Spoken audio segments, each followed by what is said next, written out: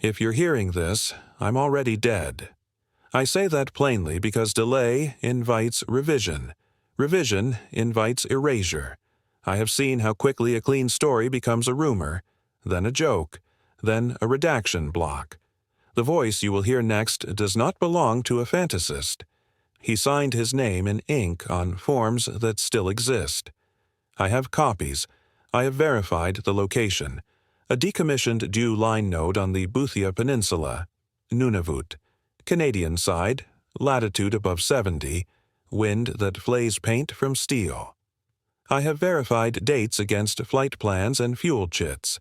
I have cross-checked the call signs of the contracted Twin Otter and the SATCOM billing records that should not carry traffic at that latitude in that dead month. I have examined the site photos, unretouched, raw EXIF intact, and matched the tower lattice to the lot plans archived under a cover maintenance program that pretended to be about lead abatement. The signatures line up. The serial plates line up. The ground does not lie. Names are changed where they can be. Job titles are masked when masking does not damage the truth. One handler becomes 3. One contractor becomes a generic engineer. You will hear Raven and Glacier and Kite, and you will think I am being dramatic. I am not. These are the only shapes of the people I can afford to burn. The first email to me read like a dare. Subject line: Radar paints self. Body: zero-range track, no transponder, no decay, data loop, not software, need a witness. There was a photo of a scope with a return not at the rim, not at a range ring, but at the origin point, as if the antenna had achieved the impossible and locked onto itself. It is not a trick anyone teaches you in school. Physics hates it. He said the return pulsed at a cadence that matched the station diesel generator under load. He said the paint had a heartbeat. The smell in those rooms is always the same. Hot dust off fins, old fiberglass, ozone when someone arcs a connector half-seated. I have been in enough windowless comm rooms to know the taste of a transformer coil as it warms the air.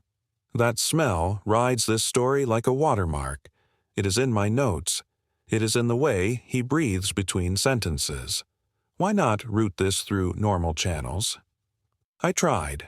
I sent an abstract to a retired airworthiness officer who owes me nothing, and codenamed his reply as if the past could still find him. Don't.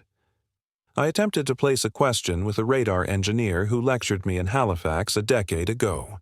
He responded from his personal address at 2:11 a.m. with a single sentence. You won't be warned twice. I understand the way institutional protection works. It is not malevolent. It is automatic. It seals, binds, and then forgets. The DU line graduated into the North Warning System and then into paperwork. You don't get a hearing for a ghost in paperwork. The hardware is ordinary on paper. S-band set modified for weather and target discrimination. A mast that groans when the wind crossloads. A feed horn that attracts frost like a magnet attracts filings. A cramped shelter with a humming rack, green LEDs that never meant danger, and laminated checklists that teach you which fuses to pull with one gloved finger. Nothing in that list explains a zero-range contact with persistence across power cycles. Nothing explains why the return carried the station's own electrical noise profile. That is why I said yes. I asked for his chain of custody. He provided it. Field notebook pages photographed with the same phone that captured the scope, time-stamped within 2 minutes of the supposed anomaly. A log of resets with times and outcomes. A hand-drawn diagram of the dish orientation, azimuth headings, wind direction, and grit in the bearing race that he could feel through the service ladder. You know a liar, by the way, they love abstraction. He loved torque specs. He loved the weight of a spanner in cold hands. He remembered the serial number stamped crooked on a coupling. He was telling the truth the way technicians tell truth, through friction and thread counts. Some of this I cannot show you now. A map tile, a badge overlay, the SATCOM carrier ID that would lead a determined person to a rooftop on a real street with a real landlord who did not agree to be in this story.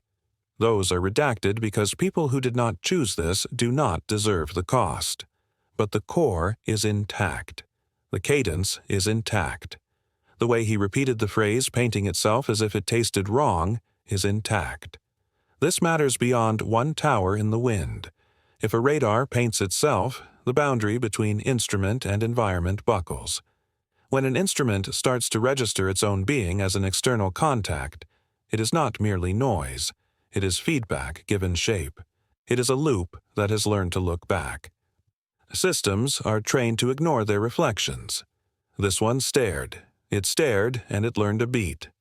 I am filing this from a tiny room with too much heat for October. The transformer on the building's ground floor sings when the elevator takes a passenger. That hum rises and settles. I measure it without meaning to.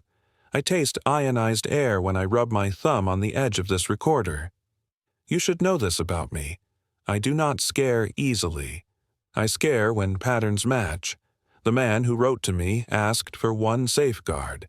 If he failed to check in by a set hour, I was to publish his words without edits. The hour passed. The call never came. I have been told by two separate sources that a medevac was recorded that night and that the log refers to frostbite as if frostbite causes burns on the inside of your mouth. I cannot verify the body. I can verify the silence that followed. What follows is the operative's testimony.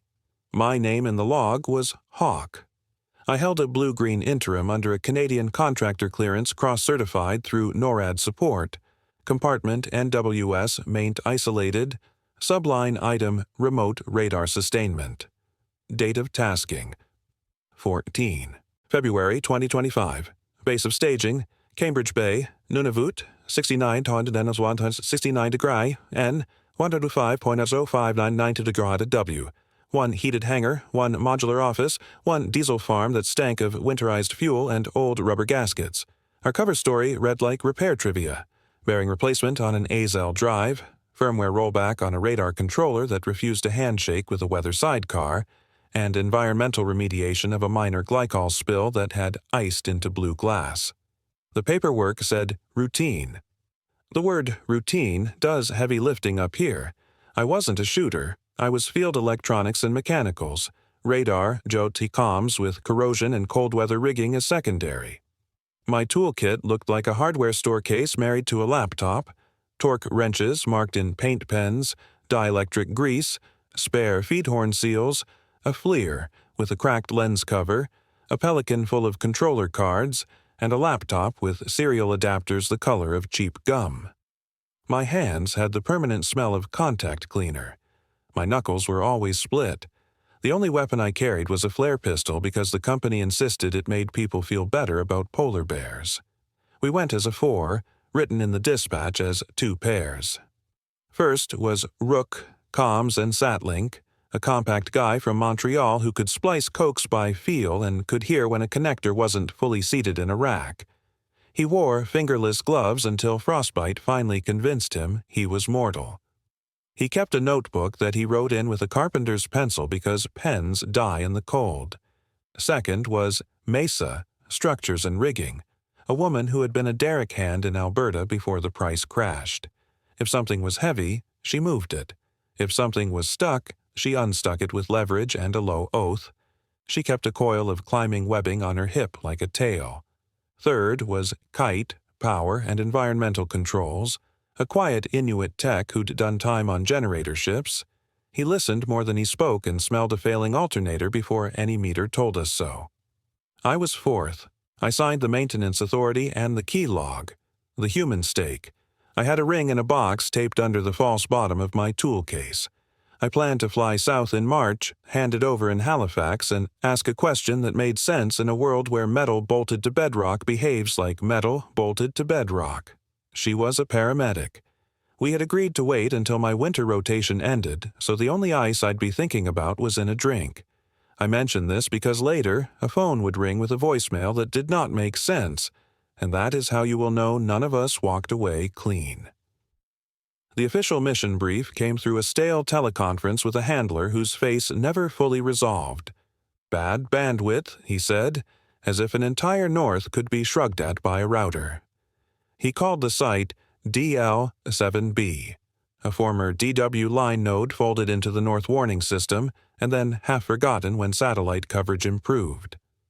The equipment list was familiar. A refurbished S-band radar head with an off-the-shelf weather piggyback for icing and precipitation, a shelter with a heat recovery ventilator, a diesel generator in a separate shed on a short run of conduit, a battery bank that had seen better days, and a coax run that had been spliced too often. The problems were presented as boring. A drive that tripped thermal on azimuth when the wind came hard out of the east, a controller that rolled back to a previous firmware and then refused SNMP queries, and a nuisance alarm that flagged target at 0 range, which the handler laughed off as a phantom tied to a ground loop. We all laughed with him.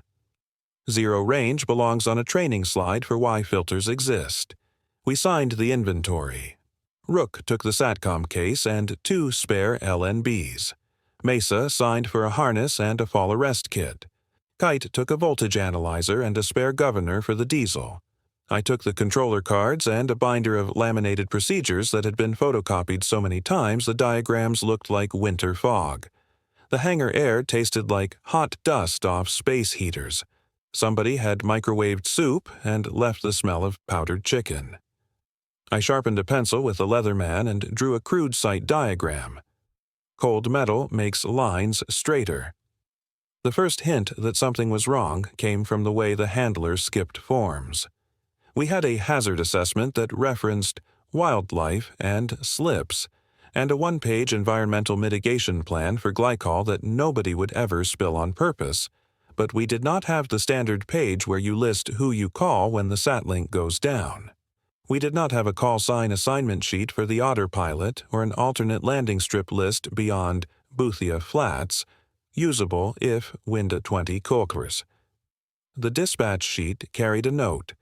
Anticipate calm silence. Do not escalate unless DR7B fails to ping for in 1490 chars. Mesa looked at me over the top of her scarf and tapped the line with one cracked nail. They're telling us not to scream, she said. Kite shrugged, eyes hooded. Rook flipped his pencil and wrote the handler's first name with a question mark. None of us said the word off. The second hint, a box labeled RFI kit, that came with ferrets, foil tape, braided shield, and a handful of old-school copper ground straps like the ones you'd see between a hood and firewall on a 1970s truck. RFI kits show up when someone somewhere saw weird. The form said routine. The kit said noise. The last hint sat in the binder, a laminated page titled 0 Range False Target Suppression, with no revision number, no initials, no approval block. The algorithm described wasn't on our controller. The notes referenced a firmware branch we weren't told to load. Rook whistled through his teeth and said, "They wanted this to be easy." Kite said nothing. Mesa rolled her shoulders and pulled her parka tighter. We went anyway, because that's what you do. You go, you log, you bring the metal back into spec, and you come home with windburn and a per diem that barely covers the time your bones spend humming after the generator shuts down. The planes that carry you north don't care about ghosts. They care about weight and runway, and whether the drum you siphon fuel from is clean. The North does not care about your story. It cares if your gloves stick to steel and whether you remembered to pre-breathe before stepping into air that sandpapers your lungs. I checked the ring box a final time. I checked the torque spec on the azimuth bolts with my thumb. You can feel the right number through leather. We lifted in a DHC-6 Twin Otter with skis, tail number ZGKIM, a machine that rattled like a toolbox and smelled like canvas, kerosene, and 100 unwashed parkas. The pilot wore a wool cap under his headset and flew with 2 fingers. The co-pilot's patch showed a cartoon polar bear holding a wrench. We loaded 2 pallets, one with the generator governor and fuel filters, one with the controller cards and our personal kits. The SATCOM case went under my knees. Rook tucked the RFI kit under his seat like it was a talisman. Kite snapped himself in and closed his eyes, not sleeping, just listening to the engine note. Mesa tied down a stack of aluminum step sections with webbing and a prayer.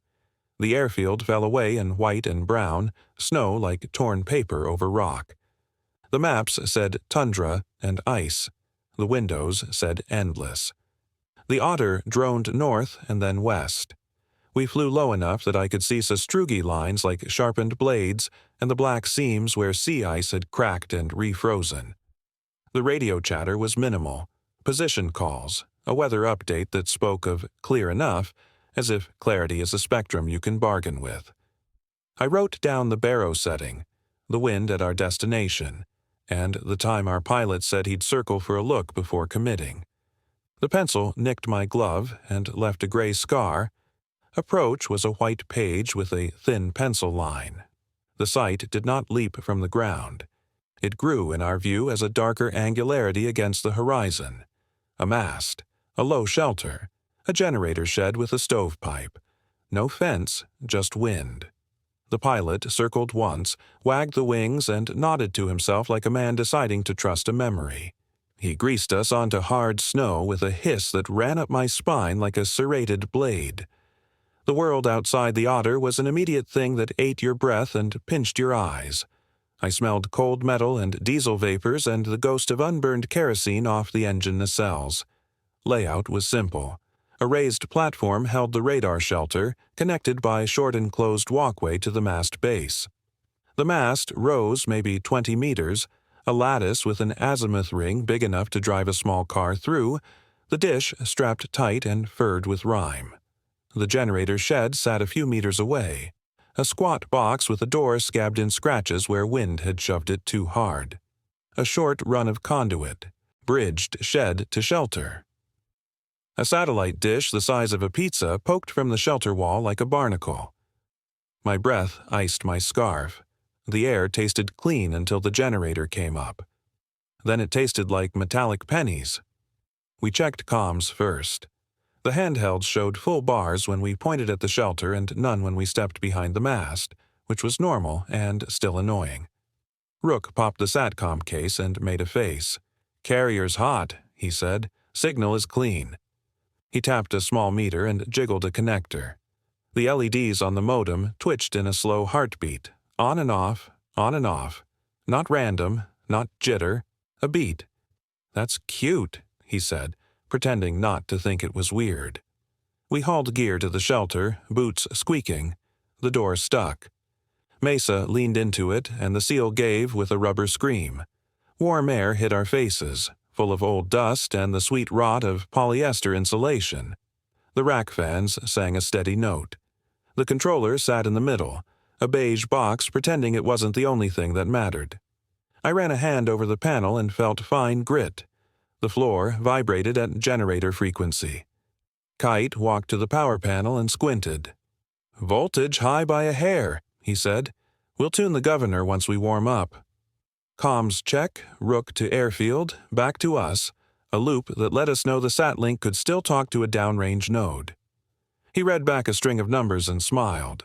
The smile died when the controller woke, and the scope attached to the side rendered a green sweep that paused, hiccuped, and then drew a return dead center. Zero range, a circle where there should be nothing. It pulsed at the same cadence as the modem LEDs. It wasn't random. It was a metronome. We ran the drill. Check grounding. Check backplane seating. Check firmware version. I shadowed Rook's shoulders as he pulled a card and reseated it with a satisfying click. Mesa stomped snow off her boots and rolled out the step sections. Kite popped the generator shed door and adjusted the governor with half turns like a man tuning a guitar. The diesel note smoothed. The scope return did not. It swelled once, like a lung, and shrank. I tasted ozone, faint, as if somewhere in the rack a connector arced and then pretended it hadn't. First instrument anomaly. The FLIR saw heat where there should be none. I swung it across the dish through the small shelter window. The glass made the image mushy, but the heat map showed a warm ring at the feed that matched the generator load. That made sense. Then the hot ring crawled inward toward the axis as if someone had dragged a magnet across filings. Heat does not creep like that on a still day. I smacked the FLIR because sometimes machines lie. The image held. The hot ring kissed the center. The return on the scope brightened, like the instrument had seen itself wink. We cycled power, a controlled shutdown, and a bring-up. The return stayed. We disconnected the weather piggyback. The return stayed. Rook swapped controller cards for the new revision pulled from the Pelican. The return stayed, brighter. The LED heartbeat on the SatLink matched the sweep now, a perfect lock. Kite said, "That's no ferret problem." He reached up and felt the rack like a doctor, and then pulled his hand back, sniffed his fingers, and said, "Ionized." The air tasted like a 9-volt battery on your tongue. The generator tone slid half a cent flat and came back, a dog at heel. The pilot waved from the otter and pointed at his watch. He had places to be. We gave him a thumbs up we didn't mean. He shrugged, climbed in, and the plane became a toy and then a dot and then a memory. The silence after he left had weight. The only sound was the generator through walls and the little rack fans purring like tired bees. The scope drew its green line. The center return breathed. I wrote breathing, and then crossed it out. Instruments don't breathe. They oscillate. Surface read empty, but the numbers said otherwise. GPS put us right on top of the historical footprint of the old Dew Line subterranean access, a bunker from a decade when men with clipboards wrote "blast door" like a prayer. Thermal from the FLIR showed nothing but wind-scoured cold. The scope in the rack was a lantern lit for no one, painting a contact at zero range and daring us to call it a loop. We didn't. We walked the perimeter, boots punching little ovals into hardpack, wind slicing our ears even under hats. The world smelled like clean ice and the inside of a tin can. Somewhere under that tin can smell was the ghost of old oil. Mesa found it. A rectangle where the ground felt wrong underfoot, a drum tightness to the snow. She stomped, listening, and the sound came back with a hollowness you only hear over a void. We carved snow with shovels, peels, and ice chips until a steel plate blinked up like a dead eye. The metal was a color it should not have been. Soviet submarine hatch steel, green-black under a skin of rust, rivets domed like coins from another country. A stamped Cyrillic string, shallow under paint, sat crooked near the hinge. Wrong era. Wrong side of the Cold War. Wrong metal for this map coordinate. The hinge pins wore burn scoring, neat arcs eaten into steel by something that had heated and cooled and heated again, like someone had opened this hatch in a hurry. When Mesa slapped a gloved palm on the plate, we all felt it. Heat bleeding through from below. The air above the plate steamed in a line the wind tore to lace. Hot air in an air that cut your teeth. The FLIR saw it clean, a center bloom like a stove element under a pan. Kite squatted and touched the hinge with the back of his glove, then flinched. "Too warm," he said, with the same tone he used when a motor bearing ran away. We heard the other wrong before we named it. It was not a voice. It was a radio tone at the edge of a note, a single carrier that seemed to tremble in your teeth when you breathed. Hard. It sat just above hearing, a pressure more than a sound, like standing under a transformer and pretending the hum is outside your head. Every few seconds it wasn't steady. It pulsed with the generator's rhythm. The cadence came through the soles of our boots and the insides of our throats. I swallowed and tasted copper. In the snow around the hatch, the grains were wrong. They had a sheen on them in the weak light, oil-slick colors sliding across each grain when you scuffed with a boot or a glove. Rook crouched and scooped a handful. It flowed like dry sand and stuck like wet. He sniffed and made a face. "Not petroleum," he said. "Smells ionized." The word keeps coming back when the air does things it shouldn't. Ionized. The snow left a faint smear on his glove that glowed a little under the FLIR, as if the cold could carry a memory of heat. We prepped the breech like we'd do any old hatch. Mesa set anchors and webbing so if the lid decided to leap, it would leap on a leash. We rigged a come-along and found purchase on a relic steel loop welded to the plate. I set cutting charges as a contingency, shaped smallest we carried because I didn't trust dovetails that had been warmed and cooled beyond design. The sled with the charges squeaked like a child's toy under my gloves. The wind backed off for a breath and then came back hard, a slap that made the metal sing. I struck the thermal lance to test arc thermals on a corner seam. Sparks came like they always do, bright, greedy, and then they died too fast. You get used to the way sparks fly and fade in air at a given temperature. Cold eats some, but not like this. They died as if something pulled heat out of them with intent. The hissing note cut short. The smell of hot steel rang, then cut. I stopped the lance and stared at the line I'd etched. Shallower than it should have been. Black around the edges, as if the cut had chilled itself mid-bite. Physics says no, Mesa said softly, like a superstition. Kite stepped back, eyes flicking toward the shelter as if we could catch the generator in the act. We didn't cut. We hauled. The come-along clicked, metal talking to metal, webbing taut as a plucked string. The hinge complained in a high voice as rust let go. Hot air found the gap and turned snow to fog. It smelled of hot dust and old carpet baked too long, and under that a sweetness like antifreeze. The tone in our teeth deepened, not louder, heavier. I braced a boot against the plate edge and pushed. The hatch gave another inch and then settled, the weight deciding whether we deserved another gift. We got it open enough to wedge the step sections into a crude stair down onto a crossbeam. FLIR said 60 degrees Celsius on the column of air rising. Outside it was -20. The temperature gradient felt like a living thing. My goggles fogged and cleared with each breath. The tone in my ears slid upward until it almost resolved into a voice, and then refused. Rook killed the controller in the shelter just to see. The zero-range return persisted. The SATCOM LEDs pulsed on the same count as the tone that lived in the hatchway. We stood in wind that smelled of metal and in heat that smelled of an old hairdryer left on a carpet. The snow at the hatch lip developed that oil sheen again, colors floating that weren't in the world around us. A thin line of water crept and froze and crept again over the steel. We clipped in. We checked harnesses. Kite bled air from the pressure sprayer that carried de-icer and said nothing when the mist curled back as if an unseen breeze lived underground. Mesa looked at me. "Zero-range target," she said, voice flat as if naming it would fix it. I touched the ring box under the false bottom of my tool case. I told myself this would be one of those stories we laughed about later, the physics glitch you go home and describe between beers. The tone in my ears didn't agree. The drop ran about 40 meters, straight down through a shaft lined in concrete poured when men smoked while they worked and used cigarette butts as filler.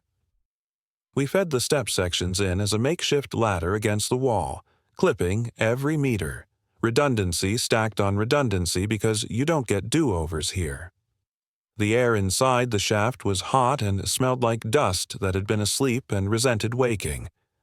I tasted that dust in my teeth and felt grit under my tongue. The tone lived in the concrete and in my rib cage, steady as a heartbeat not my own. The walls had been clean once. Now they wore symbols burned into concrete, blackened grooves that bit maybe 3 millimeters deep. At first I named them vandalism, camp art done by bored men with too much time and a propane torch. You can talk yourself into comfort with a story like that for a paragraph, maybe 2. Then the geometry fought back. The marks repeated with variations too precise for boredom.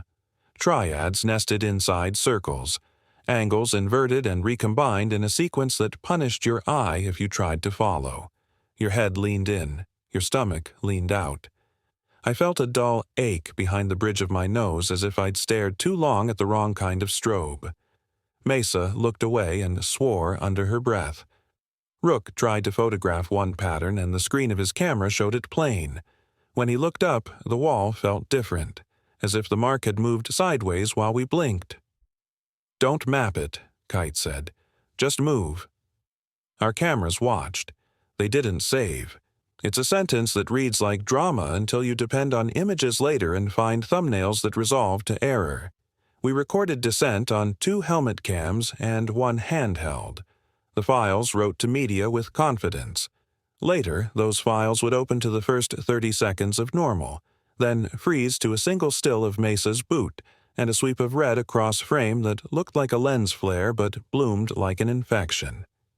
In the moment, we didn't know the future had already taken that. Radios showed connected. They transmitted to nowhere. Rook performed a check with the shelter modem. Carrier solid, signal to noise fine, link light steady. We spoke into mics and heard the hiss of our own breathing and nothing else. The tone in the concrete shifted tiny fractions like a man tapping his finger against a table, willing us to give it a name. We didn't. We climbed. Compass drift made me clench my jaw. You don't expect compasses to be perfect in a shaft wrapped in old rebar and rings of steel, but you expect the lie to be consistent. Ours pivoted and then slowly righted and then pivoted back like a thing catching wind. I clipped another carabiner and counted the clicks, narrating my numbers because people go quiet when their instruments betray them. Mesa echoed my numbers back like a metronome. Rook hummed under his breath. Kite said nothing and moved like a man who trusts rope and not floors. The bottom opened into a landing that had been painted a color like school hallway green. Heat rolled up from a corridor cut at a right angle, and my brain rebelled for a second because the heat carried the smell of laundry rooms, of softener sheets left to burn in a dryer drum, sweet and wrong in a military tunnel. The fluorescent fixtures in the ceiling were dead except for one that flickered a reptile blink. Too slow to comfort, too fast to ignore. I ran my glove along the wall and my palm came away gray with dust and faintly tacky as if the humidity down here made everything sweat. Gear misbehaved like children when adults get tired. The handheld FLIR found seams of heat where the wall joined the floor, bright lines like something living had warmed a crawlspace, only there was no crawlspace, just concrete. The de-icer sprayer hissed and then developed a tremor in the stream as if back pressure had changed without us touching the nozzle. My laptop woke, choked on the air, and rebooted itself twice before it took a command. When it did, the cursor lagged my fingers by just enough to feel like someone ghosted my hands. Rook's multimeter read voltages that were plausible individually and nonsense taken together. We moved into the corridor. The symbols followed. They climbed the wall and leaned into corners. Places you'd expect rust wore soot in clean lines. Kite ran fingers over a mark and hissed when the skin between his glove and sleeve brushed concrete. "Hot," he said. "Not burn hot. Alive hot." He shook his hand and flexed his fingers until the feeling came back. The tone pitched down a half step, sympathetic, like a choral response from a thing delighted to find skin. We turned a corner, and the first glimpse arrived in the way all first glimpses do. Too fast and wrong in the simple ways. Footsteps. The sound of footsteps on concrete, heel, then toe, heel, then toe, a rhythm that matches how we're built. But the sound came without shadow. The corridor ahead showed nothing but air, trembling, above a heat-shimmered floor. A shape took the light wrong, as if the overhead flicker bent around a negative. It moved across the junction and paused. My brain made a person because that's what brains do. My stomach made a protest because no person slides that way through light. It phased across a doorway like it had been cut out of one frame and pasted into the next wrong. The edges of it refused resolution. The line where a shoulder should end and air should begin fluttered, as if a fabric we could not see tried to decide which side to fall to. The footsteps continued. 1, 2, 3, a deliberate count that reached into a part of my hearing that had nothing to do with ears. Mesa's breath caught and hitched. Rook whispered a number that meant nothing to me in the moment, and later would match a frequency in the log pulled from the controller's diagnostics. Kite took one small step backward and stepped forward again because he refused to give ground to a draft. We didn't chase shadows. We measured what we could. Rook clipped a wire tracer to a pipe run and watched the signal ride out and come back from a loop that didn't exist on the map. I held the FLIR up and recorded what would later become a dead file. The hot ring at the feed we had seen upstairs had a twin here in concrete, a synthetic heat that gathered and concentrated and then bled toward the center of space that should have been empty. The tone in the walls synchronized with our breath as if it had learned our lung capacity already.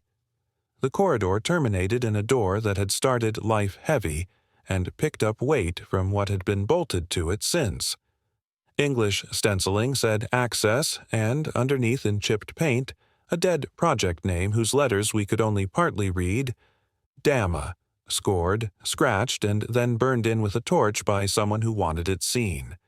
Later, in logs, we would read Damascus Protocol and tell ourselves we had misread the door. We hadn't. The letters existed in both ways at once. That is how this place chose to be. Behind us, footsteps resumed.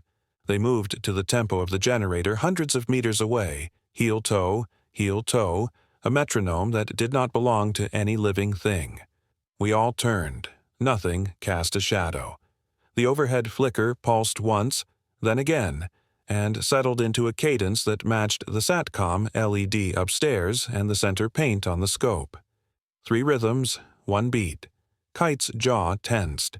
Mesa flexed her gloved hand and set her palm flat against the door.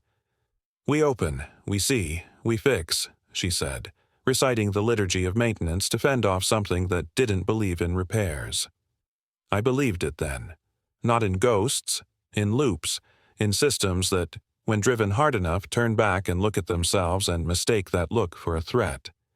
The tone in the concrete agreed in the way a transformer agrees with your fingers when you touch it, by letting you know you are part of the circuit now, whether you meant to be or not. I slid my pry bar into the seam, felt heat kiss the metal, and tasted clean copper in the back of my throat. The first glimpse had learned our pace. The corridor listened. The symbols watched. We got the door to move with a pry bar and a hydraulic spreader Kite swore at like it owed him money. Heat poured out, dry and stale, smelling like burnt dust off a resistor bank and old paper left on a radiator. The space beyond wasn't a room in any human sense. It was a chamber with ribs of bronze and stone, old as excavation and new as a server farm. Ancient frames, arches the color of tarnish, had been drilled and tapped to accept modern cable trays. Conduit ran like veins from rack to rib, stainless clamps biting into metal that had known hand tools, not torque drivers. I put my palm against one of the bronze ribs and felt a faint vibration offset from the generator's frequency by a fraction. 2 hums, nearly the same, not quite, beating against each other like weather fronts. Control racks lined the near wall, beige boxes from 3 different vendors, their logos stickered over by a government that loved masks. The labeling was English, clear and ugly. Bus A, Bus B, Field Coil, Hold. The font had the cheap confidence of something purchased on contract. Behind the racks, the bronze frames rose and kissed a stone ring at the chamber's center. The ring was not mortar. It was a single piece of something dense and dark, a basalt that drank light. The bronze ribs clamped it like a patient strapped to a table. Terminals glowed awake as if our body heat tripped them. Rook slid into an operator's crouch and started reading. Logs unfurled in text the color of weak tea. Kite leaned over his shoulder and pointed. "Look." The header called itself Damascus Protocol, in a font that did not match the rest of the interface, as if someone had typed the name in by hand and dared the software to disagree. Below, menu items, anchor state, gate tension, binding integrity, core input, MW, NUC. There wasn't a nuclear plant for 1,000 kilometers, but the digit rolled to a number that no diesel shed could have fed. The air smelled metallic, as if someone had rubbed copper pennies under my nose. I traced conduit with my eyes and found feed-throughs bored into the stone ring. The bronze ribs connected to coils, heavy wire wrapped in a pattern that made my head itch if I looked too long. The pattern was geometry given current. repeating triads, inverted arcs, not magical, deliberate. I could hear the faint tap of relay chatter under the fans, a cricket language in metal. Mesa stood in the throat of that place and whispered, "Temple," and then flinched like she'd said a word that had jurisdiction here. We don't use words like temple. We use words like assembly, bracket, weld, but the thing had an intention that installation manuals never do. Rook pulled a diagnostics pane and found the stuff that doesn't belong in our world. Anchor feedback showed a phase offset measured in radians with too many decimal places. Binding integrity trended down very slowly, a decay curve that looked like half-life mathematics, not mechanical wear. Core input, MW, nuke, pulsed without a source. "Where's it pulling from?" Rook asked, more to the room than to us. Kite shook his head. "Not us." He ran fingers along a cable and flinched, then tasted the tip of his glove like an electrician checking for phantom voltage. "Ionized." The word had followed us this far for a reason. We found hardware we understood, a coupling to an external power interface, nominally for emergency heat, a set of battery banks with dates stenciled on them like gravestones.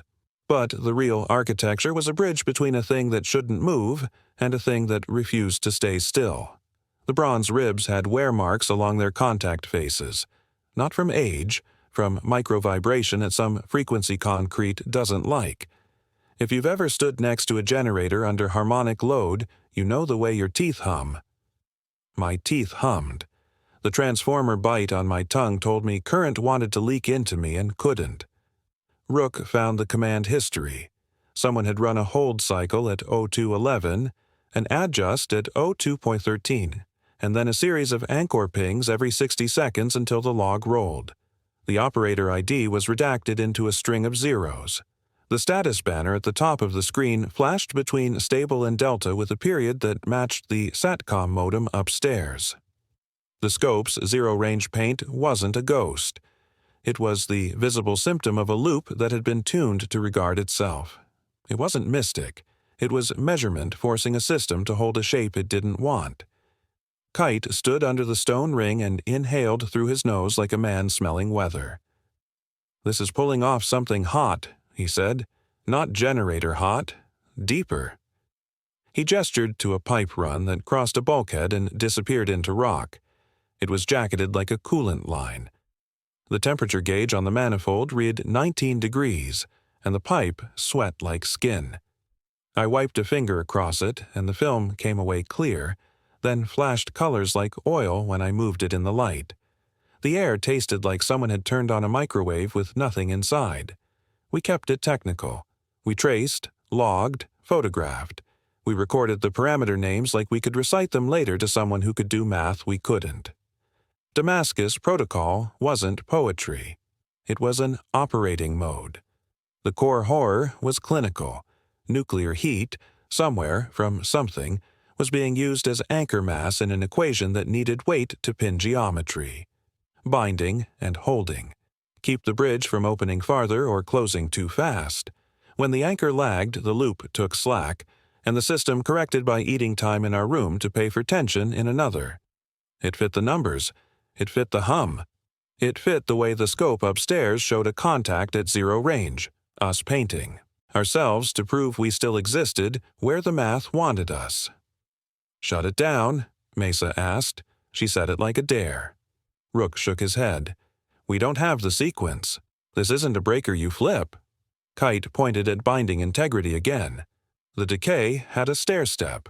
Each notch had a timestamp that matched the Otter's takeoff, our hatch breach, our descent. The stair-stepping wasn't wear. It was response to us. The chamber smelled sharper, like ozone after a short, like lightning in a small room. The overhead fixture buzzed a little harder and then steadied. I realized I had been clenching my jaw and made my teeth click to prove they still belonged to me. When we finally admitted it was bigger than repairs, the place answered. The far wall changed the way a mirage changes, edges softening, depth going strange. The bronze ribs sang a note too low for ears, and the stone ring's surface pulled light sideways like a lens without glass. The terminals printed a new line of text in that weak tea color. Anchor request. Human stabilize. The cursor blinked. I tasted copper and old carpet. We had found the machine. It had found us. Ask for the next beat when you want it. It came as an intermediary. If I tell you a shape walked out of a heat shimmer, that is me giving you a sentence instead of the way my stomach fell. It stepped into the open where the bronze ribs met the stone. Man height, if you are generous, wrong in every way that matters.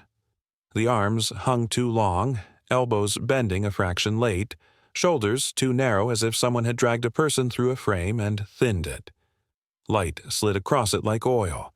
The overhead fixture stuttered and tried to nail a shadow to the floor and failed. It spoke without sound. The terminal translated because we needed a voice. Text. Containment maintained. Cost due. The smell in the chamber sharpened. Ionized air and hot dust.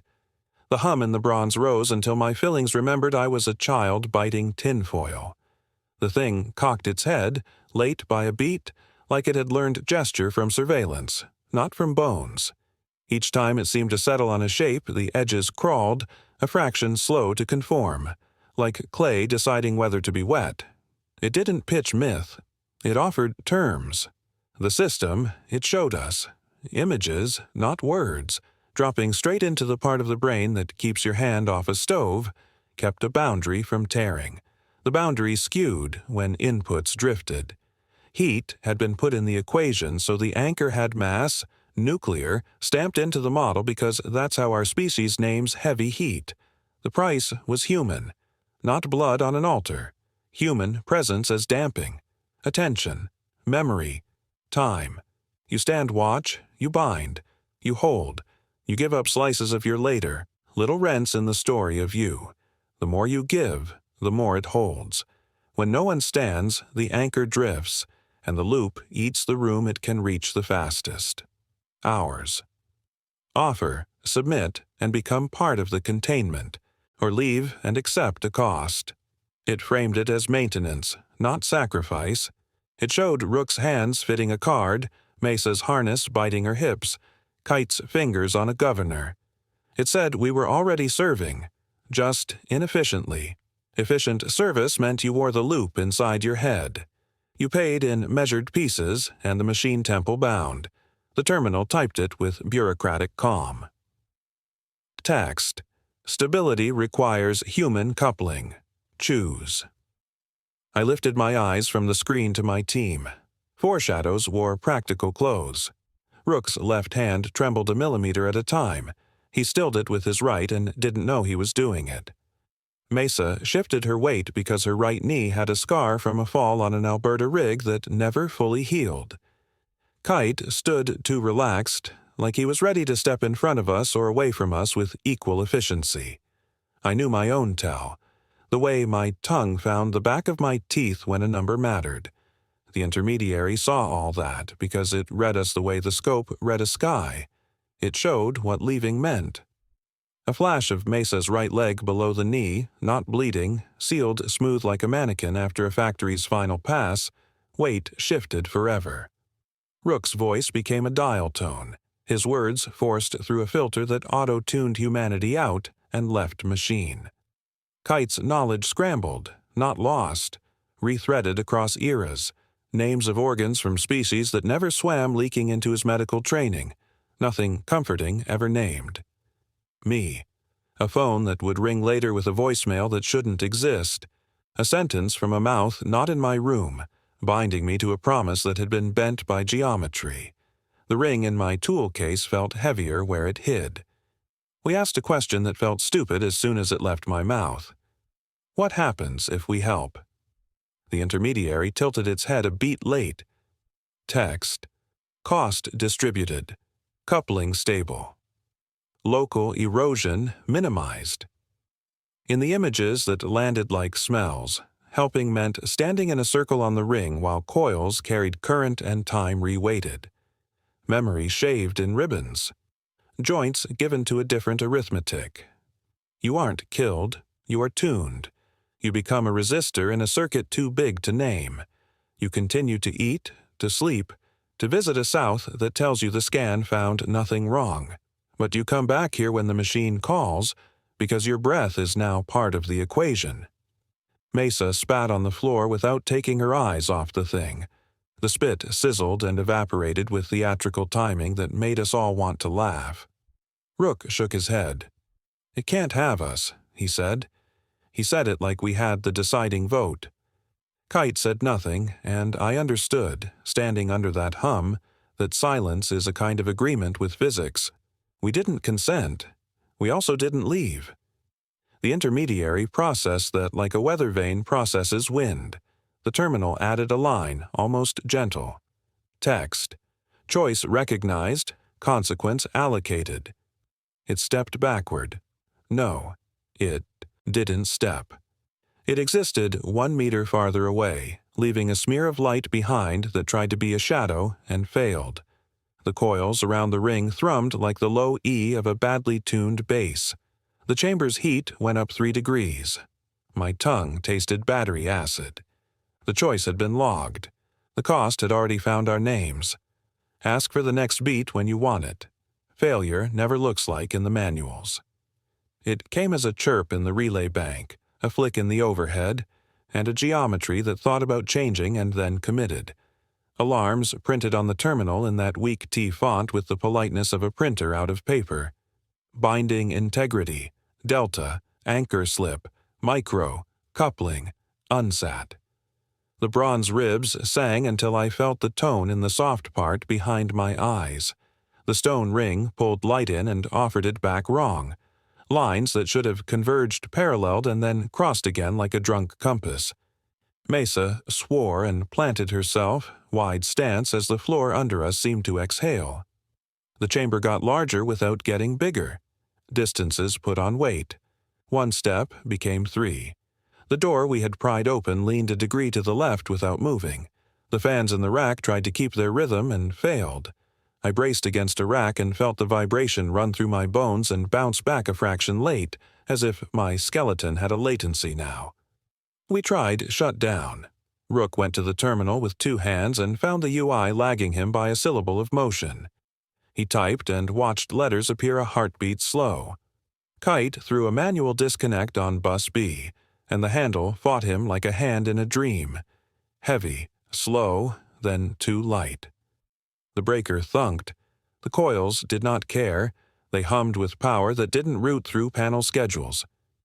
"It's not ours," Kite said, and I heard something break in his voice even then. We fell back to procedure for when procedure breaks. We tried to leave. The corridor to the shaft looked right. We stepped into it and found ourselves re-entering the chamber from the other side, like a child's cardboard maze. The second pass had details wrong by a fingernail's width. A bolt that had been missing a washer now had one. The flickering fixture stayed dark for 1 extra beat before stuttering. The smell of hot dust had a sweet note that hadn't been there. I said our names aloud, the way climbers do when fog closes in. Hawk, Mesa, Rook, Kite. The chamber said them back as an idea. The idea tasted like metal. Rooms got larger inside than outside. The map in my head split and doubled. We could see copies of ourselves a half-second behind, lag ghosts with our posture mistakes, our tells, our fatigue. In one corner of my vision, a second me lifted my pry bar a fraction slower and grimaced a fraction later. I resisted the urge to sink. Sinking to a lie is how men walk off roofs. The entity stopped making shape and started making consequences. The bronze ribs flexed without moving. The rings. Surface developed a texture that wasn't texture so much as intent. The terminal showed a new pane. Coupling request. Childhood pattern. And then the communication stopped using words. Impressions landed like scents. A chalk circle drawn on cracked asphalt. A hand game, clap-clap, a rhythm I hadn't thought about since I was 6, translated into coil pulses. The number 3 came in a flood of feeling. 3 steps to the top bunk, 3 screws missing from a deck plate, 3 seconds before an elevator door closes on your arm. Mesa's jaw clenched and she whispered a prayer in a language I didn't speak, then revised it into numbers because the thing refused to hear anything that didn't scan as count. We opened fire because fear makes you do old human things. Mesa put 2 9mm into the far bulkhead because holes prove the world exists. The bullets left the barrel with authority and turned into paper flowers 3 meters out, curling white and soft and then browning at the edges like a time lapse.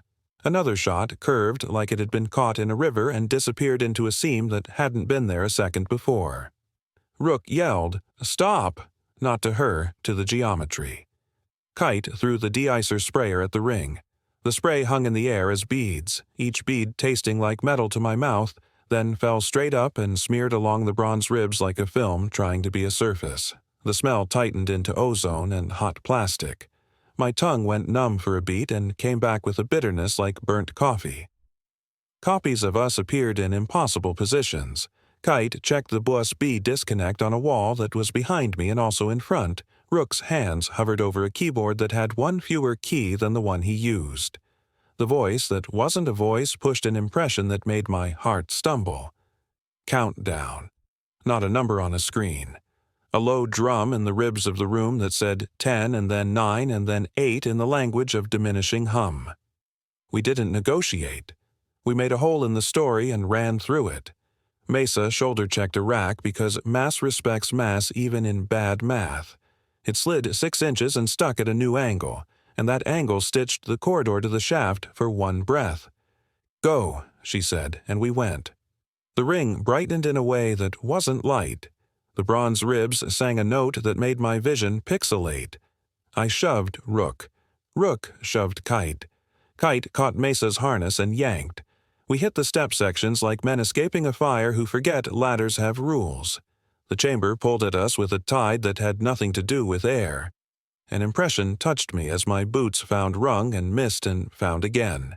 A little desk, a small velvet box, a plan that made sense before you walked into a room that taught you bridges have a price. The countdown reached 3 in a tone that matched the generator an 1/8 flat. 2 tasted like copper.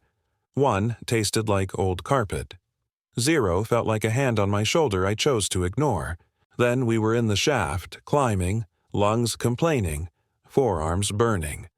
The tone in the concrete rose and then dropped out like a breaker falling. For a blink, gravity flirted with alternatives. Then it remembered its job. Ask for the next beat when you want it. We hit the surface in a jump cut. 1 second, the step sections rattled under us. The next, our boots punched through crust into wind. The sky had gone a mean blue, the kind that comes before weather. The otter wasn't there.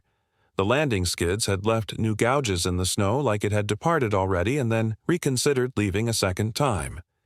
My watch read a time the sun disagreed with by an hour. Rook's watch read a time neither of us had seen before, an hour that wasn't between 2 other hours. The shelter door hung open at a different angle than the one we had left it. Inside, the rack fans hummed a hair too slow. The scope drew its sweep in a stutter I could have set my breath to if I'd given it the chance. Zero-range paint persisted, dimmer like a heartbeat calming after a run. The SATCOM LEDs blinked a pattern that matched nothing I knew, not binary, not heartbeat, a child's clap game with a dropped beat. The air smelled like hot dust and new plastic. The metallic tang on my tongue told me the generator had spiked and come down. Costs announced themselves in inventory, not drama. Mesa stood and swore and went down hard because her right leg below the knee wasn't there. No blood, no torn fabric. The pant leg ended in a smooth seal like the leg had been designed that way, a machine shop's final pass. The skin was cool and wrong to the touch even through glove leather.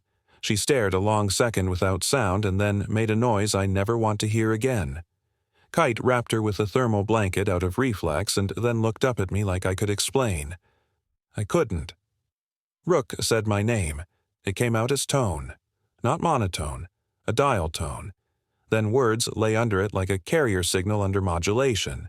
Cadence right, pitch wrong. vowels run through a codec that had decided to make a voice out of sin waves. He clutched his throat as if he could wring the machine out and find his voice underneath. "It's okay," I said, because lying was all I had. He shook his head and tried again. The tone dropped a fraction, and the sound of him peered through like a man through frosted glass. Kite stared at his hands and said the names of things he knew. "Governor, alternator, stator," he started, and then the words slid sideways. "Branchial heart, swim bladder, hemocyanin." He blinked hard and tried again. "Pancreas, gizzard, crop." He laughed once without humor and shook his head. "Wrong manual," he said, and the laugh turned into something close to a sob. I understood what the entity had promised. Knowledge scrambled across eras and species. He still knew engines. Now he also knew organs that never turned a shaft. Me. My phone vibrated in my chest pocket. No. Service. No reason. I pulled it out with hands that shook anyway and found a voicemail notification with no missed call. I played it and heard a woman's voice say my name the way only one person says it. The background had the small echo of a kitchen with tile. She said yes. She said, "Bring me home." She said, "I love you." And then the call ended in a tone that wasn't a tone but a depth of hum I had felt under my boots in a room under the ice. The timestamp said yesterday. I had been in the air yesterday. The ring in my tool case weighed as much as the generator. We moved like a team because teams move even when none of the motions make sense. Kite stabilized Mesa with straps and a sled we made from a pallet and webbing. Rook found 3 words that survived the machine in his throat and used them with care. Lift, stop, ready. I called the Otter on a sat phone that reported full bars and gave me silence. The scope painted zero range like a child tracing a face. The wind came around and smelled like metal filings. Time had slipped. The light said late. My watch said mid. We waited, because legs and throats and rewired knowledge don't fix in a minute. The diesel ran with a stutter every 7th second like a man clearing his throat. We packed what we could carry and cached what we couldn't. Mesa gripped my arm and squeezed once, then twice, then once again. Morse. R-O-K. She smiled a hard smile. "Still here," she said, and the wind stole the breath out of her mouth. The cost tied back to the ring in the box. I listened to the voicemail again because I am weak. It sounded like hope grafted onto a circuit. I slid the box out of its hiding place and held it in my palm and felt it hum with the same micro-vibration as the bronze ribs. I didn't open it. I knew if I looked, the question inside would have the wrong date. Ask for the next beat when you want it. We made it out on a second otter that arrived with the exhaustion of a man who has argued with weather and won on points. The pilot looked at Mesa's leg and didn't look a second time. He helped us load without comment, lined us up by weight, and got us off the ice with a takeoff that chewed more runway than I liked. The cabin smelled like wet nylon and diesel-fumed breath. Rook tried to talk on approach, and the co-pilot flinched at the tone his voice made in the headset. Kite sat with his eyes closed and whispered a vocabulary test that spanned fish and turbines and back again. I held the sat phone and watched the bars lie. Debrief tasted like coffee burned on a hot plate and paper that had been copied too many times. The room in Cambridge Bay had carpet so thin you could see the seam tape. A medical corpsman with a laminated badge took Mesa's vitals and wrote, "Congenital anomaly," in a note as if her leg had never existed. Mesa laughed in his face and then apologized because we still had manners. Scans showed nothing unusual. The stump ended in skin that looked grown, not scarred. The doc asked if she had ever felt phantom pain before. She stared at him until he found a form to shuffle.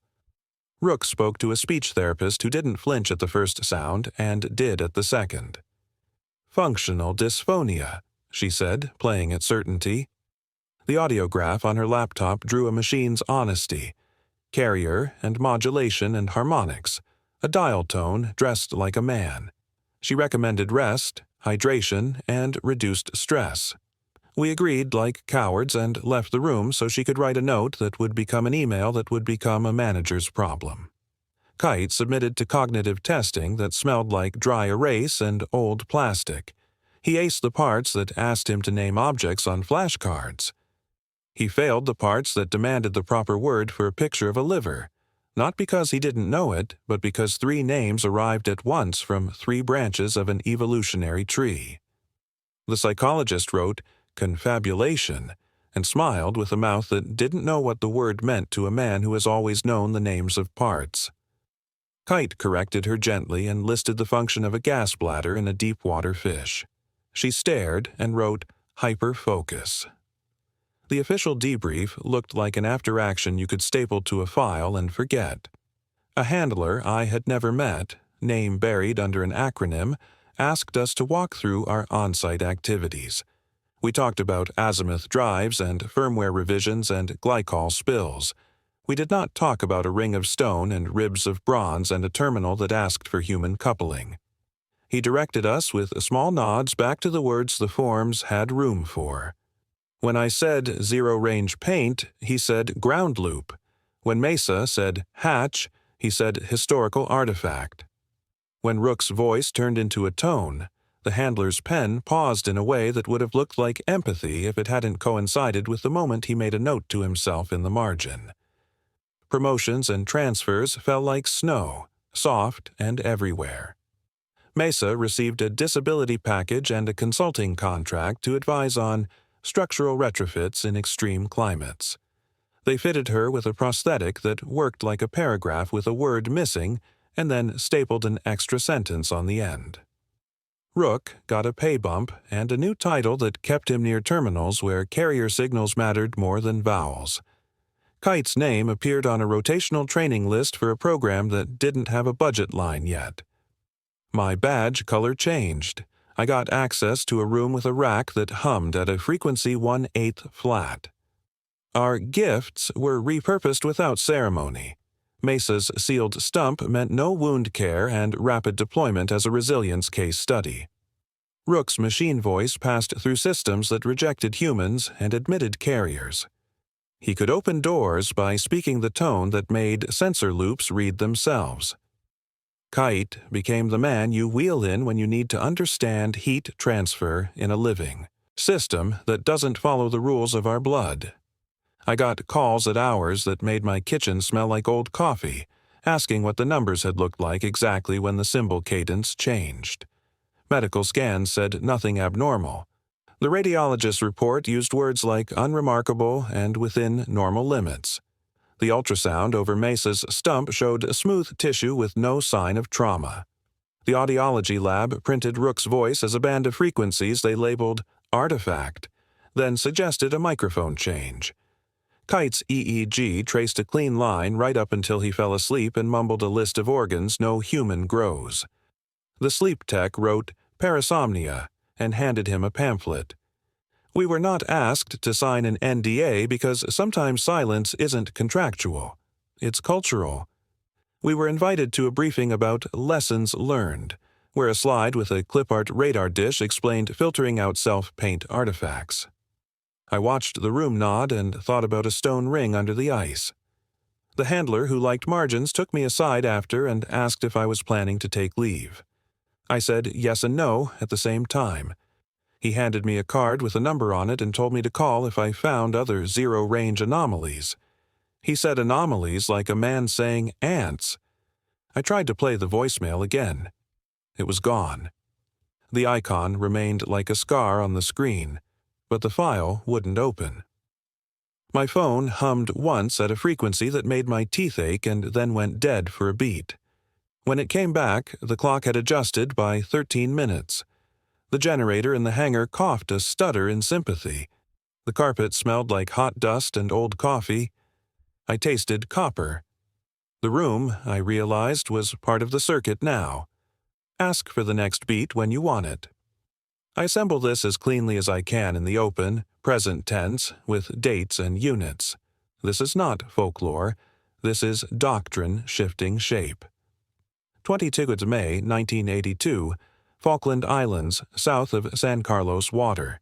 A 5-man Special Air Service boat team moves along a peat-banked inlet to relay laser designator data for naval gunfire. Their forward observer carries a Simrad PLD and a PRC-320 hump on his back. A Storno handset rides in a breast pocket with a grease pencil grid taped to it. The log I read in Hereford records an instrument loop when the PLD paints a slope at 0 meters and returns a stable lock on the team's own position. The FO calls it a ghost. He is told to cycle power. The lock persists. The laser warning receiver aboard HMS Yarmouth briefly alarms at bearing Nisarzuesho. Impossible, then clears. The debrief uses the phrase self-illumination artifact. 2 weeks later, the same team's troop sergeant receives a sudden medical discharge for idiopathic vestibular dysfunction. He never gets his sea legs back on land. The smell of hot dust sits in that file like a thumbprint. 14 March 1993, Murmansk Oblast, northwest of Monchegorsk, a decommissioned P-14 Tall King radar node that used to sweep the sky for bombers. A Spetsnaz detachment, 8 men, is tasked to strip copper from the Radom's feed network and demolish the vault to prevent scavengers. The captain carries a Makarov and a notebook with a list of junction boxes. The crew chief notes that the thermal in the equipment room reads higher than ambient by 15 degrees with no power applied. The P-14's old cathode ray repeater paints a pip dead center the moment they energize for a functional test using a diesel generator on loan from an engineer unit. The generator lugs like it's pushing uphill. The repeater's center paint pulses at the same cadence as the diesel governor. The captain writes in block letters, Samosibi. Itself. After-action reports cite legacy harmonics.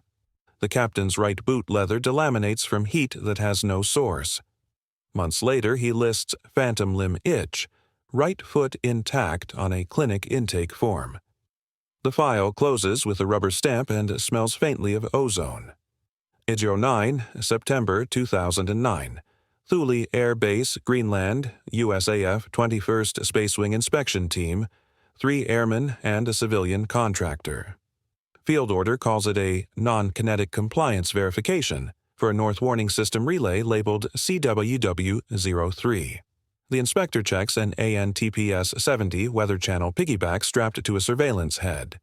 Badge color at the gate, green with blue stripe. Their sat phone bills later show pings at 76 degree or 32 N. A contact at 0 range persists through card swaps and firmware rollbacks. Language familiar now. The contractor notes a cold room that smells like old carpet burned slow. The team's lead is transferred to Peterson AFB within 2 weeks and is photographed months later speaking to Iraq by tone, not by words. His promotion orders arrive with no ceremony. The official report teaches filtering. The unofficial note block reads, "Don't stare into the center sweep longer than 2 cycles." 20 May 2017, North Atlantic, SOSUS Array, east of Nova Scotia, maintenance hatch YK-17. A Navy civilian acoustic tech named only B, in my sources, plugs a portable spectrum analyzer into a junction box to verify line health. The C is as flat as porcelain. The array returns a signal that looks like a perfect mirror of the analyzer's own internal calibration tone. B writes that he tasted metal when the tone crossed 60 Hz, and his partner writes, "This is not acoustics," on a damp notebook with a pencil that tears the page. The watch officer on shore asks for a restart. They restart. The mirror persists. 3 months later, B can list every bone in a cod, but calls his car's radiator a swim bladder without hearing himself. The array's fault log shows anchor ping, repeated 7 times, and then rolls. There is no anchor in any public SOSUS glossary. 31st January 2024, Goose Bay, Labrador, a mixed team from an unnamed contractor and Royal Canadian Air Force engineers visits a mothballed relay tagged Environmental Mitigation Priority. The generator shed is locked but warm to the touch. Inside the shelter, the rack fans hum 1/8 flat. The auxiliary weather piggyback is disconnected. The scope paints a heartbeat at 0 range. An Inuit tech on the team notes that the door to the understructure carries older hinges than the building, stamped Cyrillic. On the flight manifest out, one technician's voice fails cleanly into dial tone mid-sentence. The clinic at destination writes conversion disorder and recommends rest. A week later, that tech is reassigned to a signals lab that tests gate authentication, where words cause errors and carriers open doors. Last month, Edu 5, October 2025, Barrow Strait, Nunavut. A chartered Twin Otter with a tail number I confirm via fuel chits lands at an unlisted site. The pilot files wildlife and slips on his own hazard form, and then the office shreds it with a note, duplicate. The team in the manifest reads as 2 pairs. 4 names boil down to call signs: Hawk, Rook, Mesa, Kite. The site is an old dew line node folded into the North Warning System and then into a quiet. The log the team keeps is all torque specs and temperatures until it isn't. The radar paints itself. The LED heartbeat on the SatLink matches the sweep. A hatch opens on steel that does not belong to that decade. The air tastes like pennies. The ring below drinks light. The terminal asks for human stabilize. The cost is allocated. I lay these echoes side by side on a table with a transformer coil's soft hum in my throat. SAS in the Falklands, Spetsnaz in Murmansk, USAF inspectors under the North Warning, a Navy tech listening to something that is not sound. Each file taught its handlers a phrase to tuck in margins: self-illumination artifact, legacy harmonics, filter the center, not acoustic, environmental priority. Each file ends with a soft move, promotion, transfer, disability paid in full, and a useful silence. The pattern is not a single conspiracy. It's a maintenance schedule. This is already global. This is already doctrine. The doctrine is simple: bind, contain, awaken, deny. Ask for the next beat when you want it. I am in a small room with too much heat for October and a window that shows a brick wall, not sky. The transformer on the ground floor sings when the elevator takes a passenger, and I taste copper when the note skims my teeth. I have the recorder on the desk and the ring box next to it, heavy for its size, a gravity I didn't pack into it. The light over my head blinks a little too slow and then steadies to a cadence I have learned to hate. The sweep in my mind paints a contact at 0 range. I check my watch. It says 14:37. The clock on the wall says 14:24. The recorder's timestamp crawls ahead, then waits, then catches itself up as if embarrassed. The radiator clicks like relays. On the hallway carpet outside my door, footsteps move in a rhythm that matches the building's electrical load, heel-toe, heel-toe. Only the heel lands a fraction late, like the body above it decided to exist and then confirmed the decision. The smell in the room is hot dust and new plastic and the faint sweetness of someone who spilled antifreeze years ago and never admitted it. The light flickers again, and this time it doesn't flicker. It speaks in symbol cadence. 3 short pulses, 1 long, 3 short, a triad nested inside a circle of pauses. I learned its alphabet underground. The lamp has no right to know it. The sweep tightens, the center returns. The room grows a size larger without adding floor. I stand and the chair squeaks a note 1/8 flat. My phone vibrates. No carrier name in the corner, no missed call, just the voicemail icon. I don't press play. I've already heard the yes that wasn't from the right hour. Instead, I lift the ring box and it hums in my palm like a coil finding resonance. The lid is warm. The metal smells faintly of old paper left on a radiator. On the underside of the box, where wood should just be wood, letters have risen as if embossing itself from inside. Damascus. I run a thumb over them and feel nothing, and still the letters are there. The hallway's footsteps stop outside the door. The gap under the threshold fills with a shadow that isn't dark so much as an absence of decision. The handle dips a fraction late, a beat after the sound reaches it. On the desk, the recorder's red light pulses a child's clap game.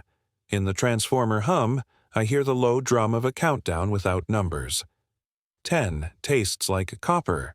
9 tastes like hot carpet. 8 tastes like coins rubbed on gums. My mouth goes dry, and I write this as if ink can weigh the room down. The personal anchor arrives the only way it can. A soft knock that my brain believes before my stomach can protest. A voice on the other side says my name the way only one person ever has. It carries kitchen tile echo and the clink of a glass set on a counter. She says, "Open," and the lamp answers with a pulse that means, "Hold," in a language invented in a chamber that does not admit the words sacred or safe. I lift the ring box. The lid rises half a centimeter without my thumb. I have verified what I can. I have redacted what will get bystanders hurt. I have put the pattern on the table and watched men who love clipboards call it weather. The elevator runs, the transformer sings, the footsteps wait. The light steadies and then breaks into a rhythm that matches my heart until I am no longer sure which organ is keeping time with which coil. On the hallway side of the door, the handle stops pretending and turns all the way. The latch clicks. The room inhales. The box in my hand answers with a tiny chime that is not sound. If you are listening, you are part of the circuit now. Ask for the next beat when you want it.